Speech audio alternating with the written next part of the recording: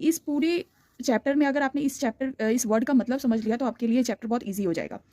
Cash flow statement में हमारे जो फॉर्मेट होते हैं वो 3 टाइप्स के होते हैं। एक होता है cash flow from operating activity, cash flow from investing activities and cash flow from in financing activity. Cash flow from operating activity, आपको इसके नाम से ही पता चल रहा है, ऑपरेटिंग यानी day to day business operation के। तो जो डे टू डे हम ऑपरेशन कर रहे हैं बिजनेस में, जो हमारा सेल परचेज हो रहा है और जो हमारे डे टू डे बिजनेस का एक्टिविटीज़ है उसके, वो सारी चीज़ें हमारी ऑपरेटिंग में आएंगी।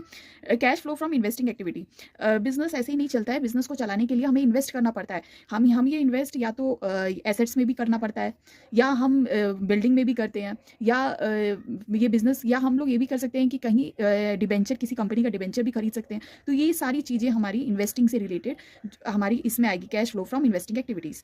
Cash flow from financing activities, financing, हम लोग बिजनेस को चलाने के लिए हमें फाइनेंस की भी नेसेसरी होगी।